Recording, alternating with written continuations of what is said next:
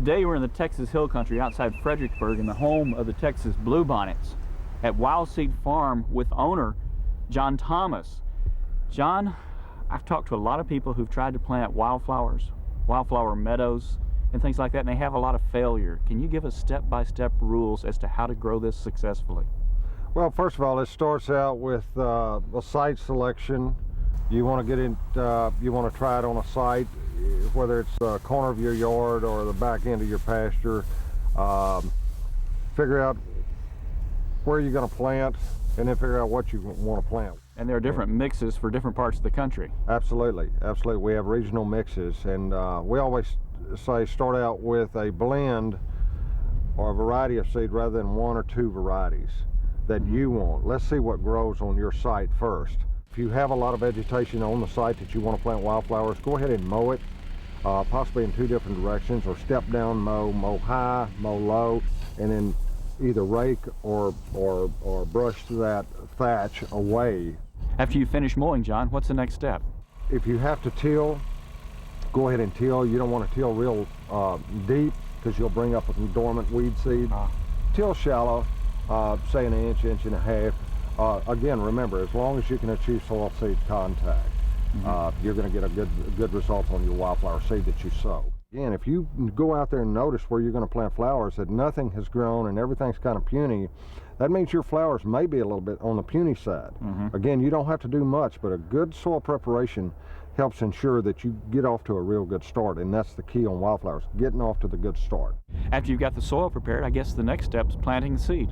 We recommend seeding in a wildflower blend. That means you're going to have a lot of different size seeds, from almost microscopic to a gravel size.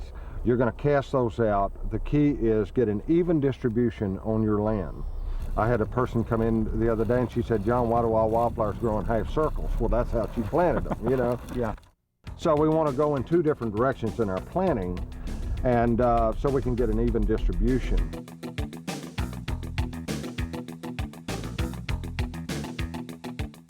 After you've planted the seed, how do you keep them from blowing away? We're raking it in, we're distributing evenly, we're raking it in, and we're rolling it to compact it into the soil, so once you do get a rain, the seed is right next to the soil and it stays moist longer. So raking is very important, and rolling is extremely important. If you don't have a roller, walk on top of it. Drive a lawnmower over it. You've just compressed that seed into the soil, and that's where it needs to be. A lot of folks make the mistake of, well, I watered. They go out there and water one time.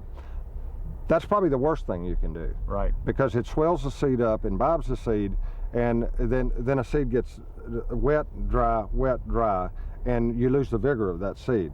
I always say, if you're going to water with a garden hose or a sprinkler, I want you to keep that area wet till germination occurs.